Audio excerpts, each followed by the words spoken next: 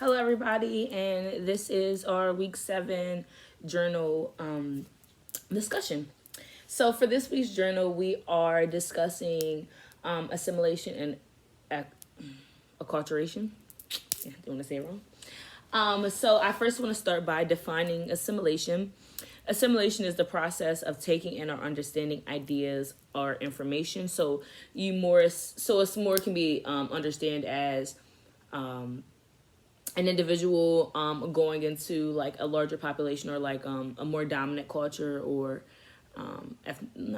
like a more dominant cultural population and learning their ways of their foods, their language, their customs, and kind of taking it on as their own and not following their own cultural norms that maybe they had grew up with. They're kind of just shifting and going into that one.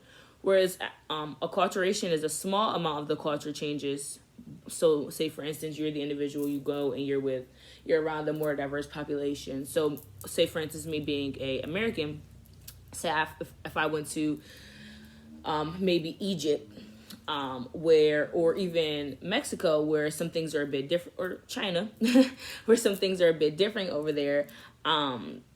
However, it would change because like in Egypt or in certain Muslim cultures, I would have to cover my hair and things like that. However, I may still keep the things that are like my language, me being speaking the English language, the foods that I like, some of the customs that I have of maybe in my religion, I do things differently. We praise on a different day. Our day of rest is different. Things like that. So it's not necessarily me changing my entire self, but it's just me like, oh, okay, I can change a few things around because I'm in a new environment. Whereas assimilation is, oh, I'm going to change everything about myself because I'm in this new environment. Okay. So, and that's that's what makes them different. What makes them similar is that they both focus on the acceptance of or understanding of cultures and different ethnicities. Um, how would the counseling process change if a client were struggling with issues related to assimilation or acculturation? It would change because we'll make it pretty difficult. I feel that when you're working with a client that is dealing with that, because you don't know if the change is going to be negative or positive, and you don't know if it's going to affect their self-esteem. It could unravel more issues or more triggers.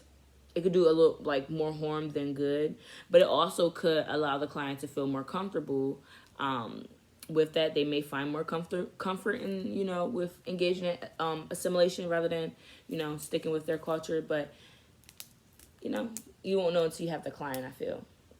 How would you go about determining if these were issues impacting your client? I'm not too sure. I'm honestly not too sure. That would be something where I would utilize my supervisor and also my colleagues and ask them if they have experienced that and how would they go about it. And also, I feel like knowing your client will also help you with knowing a way to engage them or how to keep them engaged or guide or redirect whatever you need to do.